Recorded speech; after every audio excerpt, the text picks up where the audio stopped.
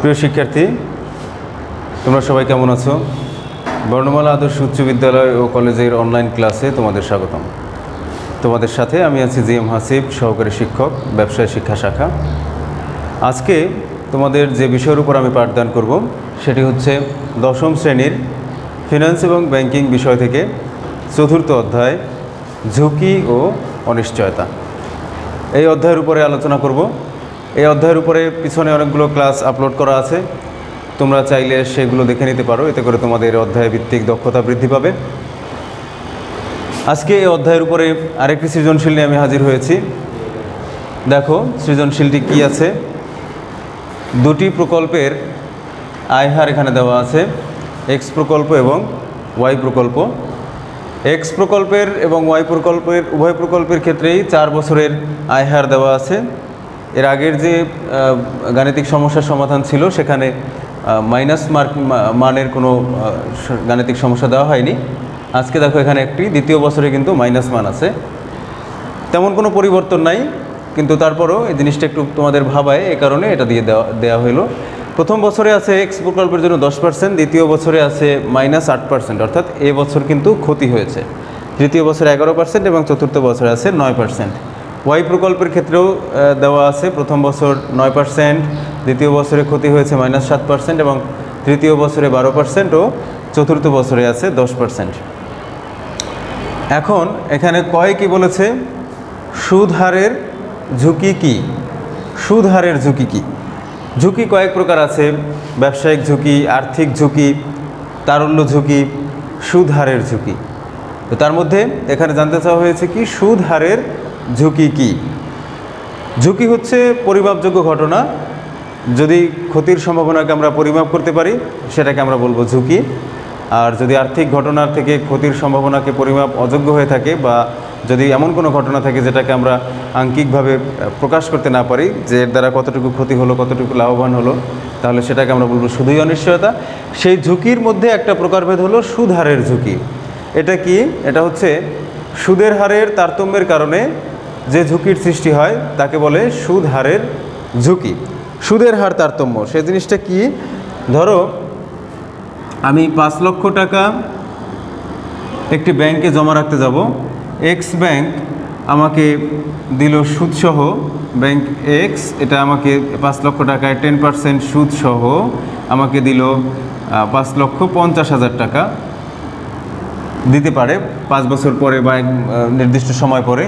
আবার এই 5 লক্ষ টাকা যদি আমি ওয়াই ব্যাংকে রাখি, ওয়াই ব্যাংকে যদি রাখি, তো ওয়াই ব্যাংক ধরো আমাকে দিল 15%, সেক্ষেত্রে 5 লক্ষ টাকার উপরে আমার সুদসহ আসবে 5,75,000 টাকা। ঠিক আছে? তাহলে যদি দুটা ব্যাংকের অপশন হয় সেক্ষেত্রে আমি ধরো এক্স ব্যাংকে রাখলাম, কিন্তু আমি চাইলে ওয়াই ব্যাংকে রাখতে পারতাম, সেক্ষেত্রে আমার ওয়াই ব্যাংক থেকে পাওয়া যেত 5,75,000, আর এক্স ব্যাংকে রাখার কারণে আমি 5,50,000 টাকা পেলাম বা পাবো। তো দেখা যাচ্ছে যে এই যে আমি 25,000 টাকা ক্ষতিগ্রস্ত হচ্ছি, এটার কেন ক্ষতিগ্রস্ত হচ্ছি বা কি কোন সিদ্ধান্তের কারণে, বা এখানের তারতম্যের কারণটা কি? এই যে অর্থপ্রাপ্তির তারতম্য, এটার মূল কারণ হচ্ছে সুদের হার। এখানে ছিল 10%, এখানে 15%। ঠিক আছে? এই যে সুদের হার তারতম্য, এই কারণে যে ঝুঁকির সৃষ্টি হয়, একটা খরচের চিন্তা আমি করে রেখেছিলাম যে আমি 5 বছর পরে 5 লক্ষ টাকার উপরে ধরো 10% সুদ পাবো, সেক্ষেত্রে আমার 5,50,000 টাকা আসবে। কিন্তু দেখা গেল ব্যাংকে কিছু পরিমাণ সুদ কম দিল, তো আমাকে মনে করো 5 লক্ষ টাকায় সে সুদ সহ দিল 5,20,000 টাকা সুদের হার নির্ধারণ করে, তারপর আমার আসলো 5,20,000 টাকা। তা আমি একটা খরচ নির্ধারণ করে রেখেছিলাম যে 5,50,000 টাকার একটা খরচ আমি ভেবে রেখেছিলাম, কিন্তু আসলে আমি পেলাম 5,20,000 টাকা।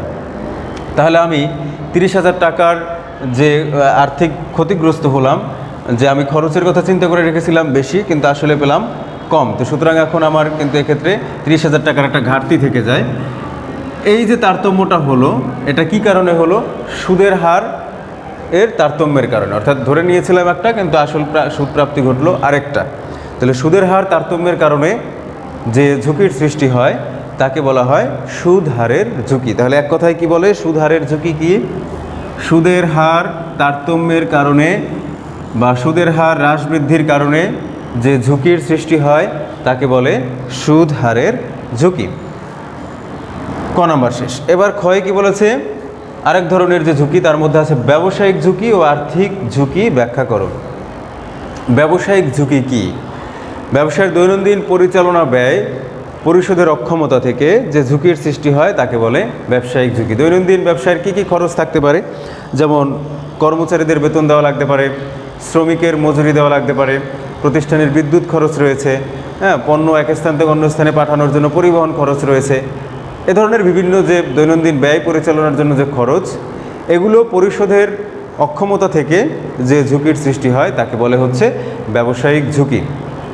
অর্থাৎ পরিচালন ব্যয় পরিশোধের অক্ষমতা থেকে যে ঝুঁকির সৃষ্টি হয় তাকে বলে হচ্ছে ব্যবসায়িক ঝুঁকি।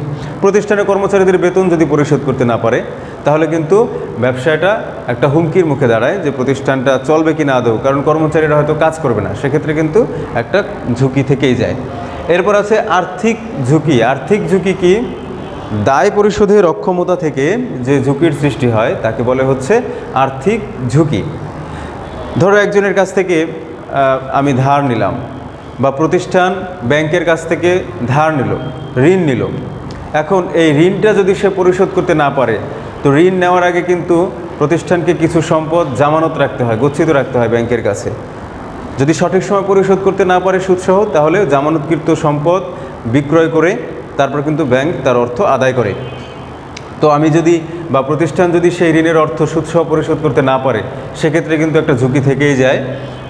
দায় পরিশোধ না করার কারণে এই ঝুঁকিটার সৃষ্টি হয়, যে কারণে এটাকে বলে হচ্ছে আর্থিক ঝুঁকি। অর্থাৎ দায় পরিশোধের অক্ষমতা থেকে যে ঝুঁকির সৃষ্টি হয় তাকে বলে আর্থিক ঝুঁকি। এরপরে আছে গ নাম্বার, এক্স প্রকল্পের ঝুঁকি নির্ণয় করো। তাহলে আমরা গ নম্বরে চলে যাই। গ নাম্বার,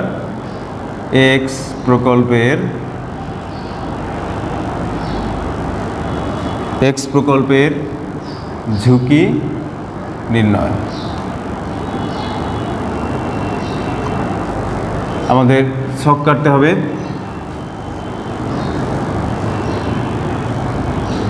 প্রথম কলামটি হবে বছর, এরপরে আয় হার,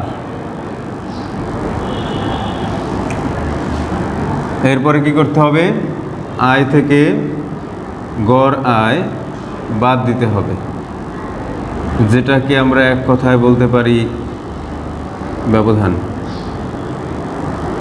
এরপরের কলামটি হবে ব্যবধানের বর্গ। ওকে, এই হলো ছক। এখন আমাদের নিচে নিচে কয়টি, যতগুলো বছর আছে 4টি, তাহলে 1 2 3 4।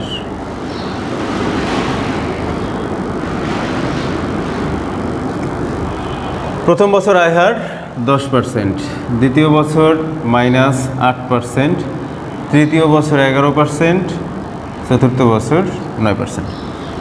এখন কি বের করতে হবে, গড় আয় বের করতে হবে। গড় আয়, এগুলোর যোগ করতে হবে।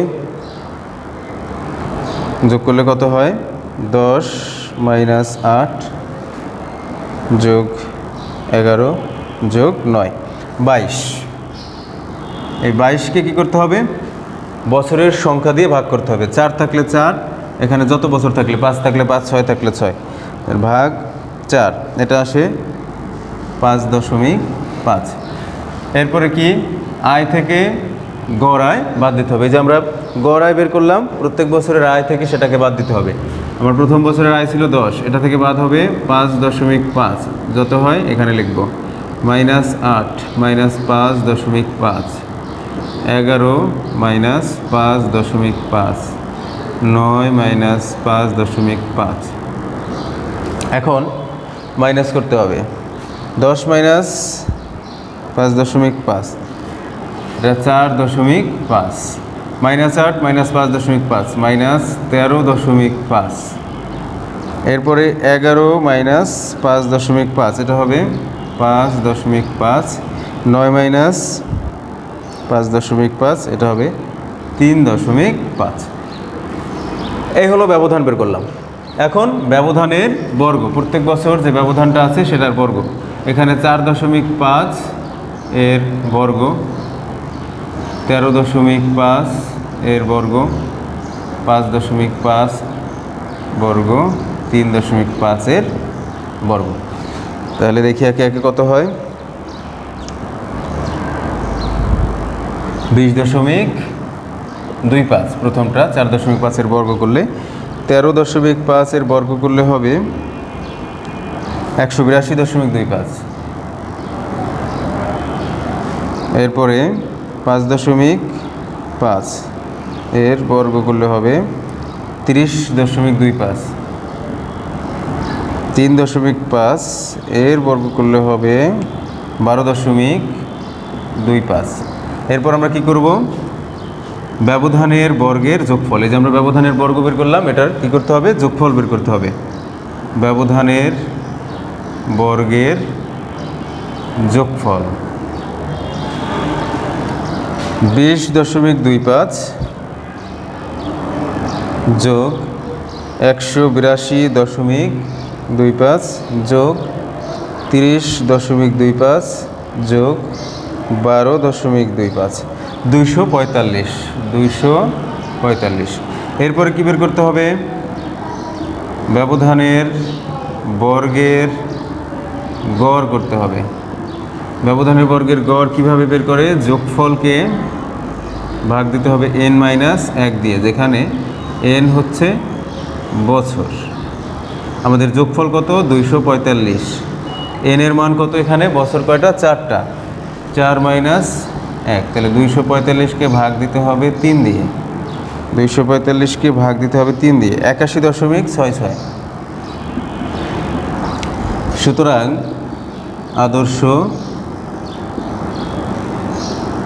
আদর্শ বিচ্যুতি 81.66, এটাকে বর্গ করতে হবে, বর্গমূল করতে হবে। ব্যবধানের বর্গের গড় যেটা বের হয় সেটাকে কি করতে হবে, বর্গমূল করতে হবে। 81.66 এর বর্গমূল করলে কত আসবে, 9.03। 9.03। তাহলে আমরা এক্স প্রকল্পের আদর্শ বিচ্যুতি কত পেলাম, 9.03। এটা এখানে লিখে রাখলাম প্রয়োজনের জন্য, 9.03। পরবর্তীতে আমাদের কি করতে হবে, ঘ নাম্বারে বলেছে যে কোন প্রকল্পটি গ্রহণীয় মতামতটা। আমরা জানি যে আদর্শ বিচ্যুতি হচ্ছে ঝুঁকির পরিমাপ, অর্থাৎ আদর্শ বিচ্যুতির মাধ্যমে আমরা নির্ণয় করি প্রতিষ্ঠানের ঝুঁকি কতটুকু। তাহলে দেখা গেল যে এক্স প্রকল্পের জন্য আমাদের ঝুঁকি কত বের হয়েছে, 9.03। এখন সেম ফরম্যাটে আমরা কি করব, ঘ নাম্বারে ওয়াই প্রকল্পের আমাদের ঝুঁকি বের করতে হবে। তাহলে ওয়াই প্রকল্পের ঝুঁকি নির্ণয়, এখানে একটু তথ্যগুলো আমার মুছে দিলেই হবে, বাকি সবই ঠিক থাকবে। তোমরা খাতায় এটা প্র্যাকটিস করবে, আমার এটা মুছে দিলেই কিন্তু হয়, বাকি সব কিছু ঠিক থাকবে।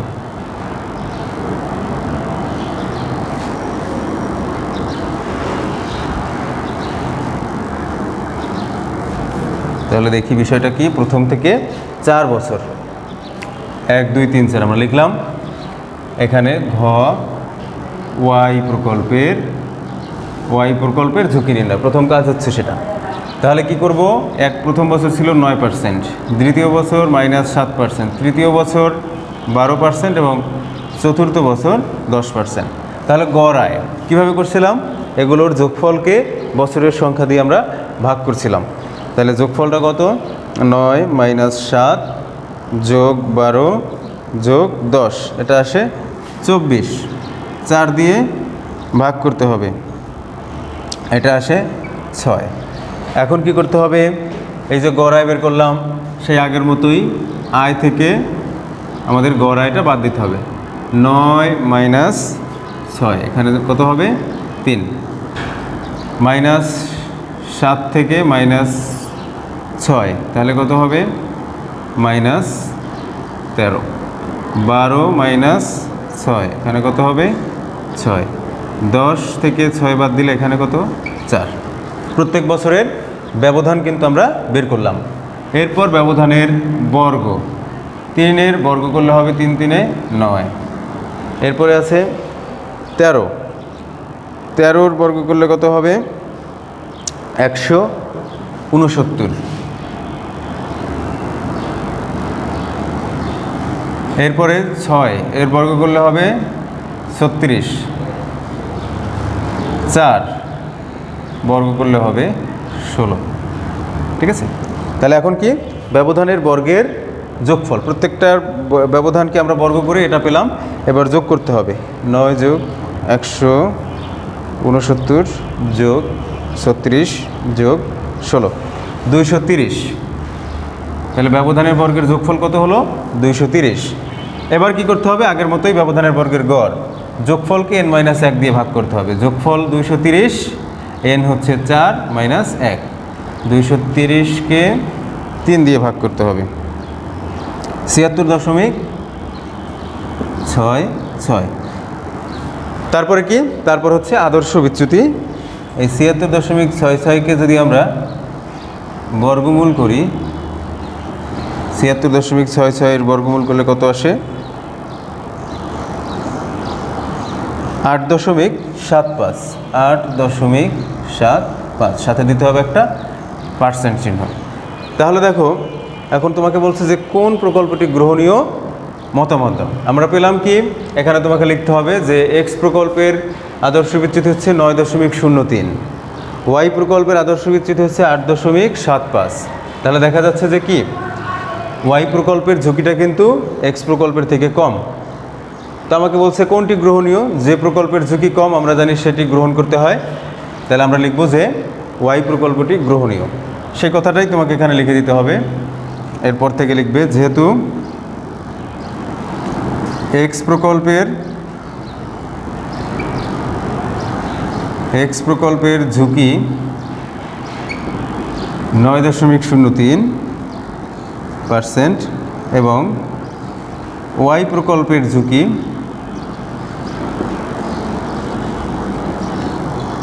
8.75%। সুতরাং ঝুঁকি বিবেচনায় ওয়াই প্রকল্পটি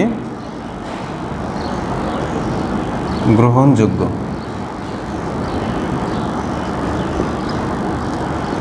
ঠিক আছে, দেখো আমরা কি করছি, তাহলে দুটি প্রকল্পের ঝুঁকি নির্ণয় করলাম। কেন? সিদ্ধান্ত নেওয়ার জন্য। দুইটা না থেকে তিনটাও থাকতে পারে, যেটাই থাকুক, যে প্রকল্পের ঝুঁকি কম সেটি হবে আমাদের প্রথম গ্রহণযোগ্য। তারপর আর যেটা কম রয়েছে দ্বিতীয় অবস্থানে, সেটা এভাবে করে করে আমরা ক্রমশ সাজাবো। যেটার মান কম ঝুঁকির ক্ষেত্রে সেটা আমরা গ্রহণ করব। প্রিয় শিক্ষার্থী, আশা করি তোমরা আজকের এই ঝুঁকি অনিশ্চয়তার ক্লাসটি মনোযোগ সহকারে দেখেছো এবং কীভাবে ঝুঁকি নির্ণয় করে সেটি তোমরা বুঝতে পারলে। বাসায় এটি বেশি বেশি প্র্যাকটিস করবে, এ ধরনের অঙ্ক নিজেরা তৈরি করবে। মান চেঞ্জ করে দিয়ে কিন্তু এখানে আবার নতুন করে ঝুঁকি নির্ণয় করা যায়। তোমরাও সেটা দেখবে যে এক্স প্রকল্পের মানগুলো চেঞ্জ করে দিবে, ওয়াই প্রকল্পের মানগুলো চেঞ্জ করে দিয়ে আবার ঝুঁকি নির্ণয় করবে, আবার সিদ্ধান্ত গ্রহণ করবে। এরকমের গাণিতিক সমস্যা তোমরা সমাধান করে চাইলে কমেন্ট বক্সে ছবি আপলোড করে দিতে পারো, সেটি দেখে আমি মূল্যায়ন করব। পরবর্তী ক্লাসে তোমাদের সে বিষয়ে নতুন করে আরও তথ্য যদি দেয়া দরকার হয় দিব। তোমরা সবাই বাসায় অবস্থান করবে, বিনা প্রয়োজনে বাসার বাইরে যাবে না। সবাই ভালো থাকো, সুস্থ থাকো, আল্লাহ হাফেজ।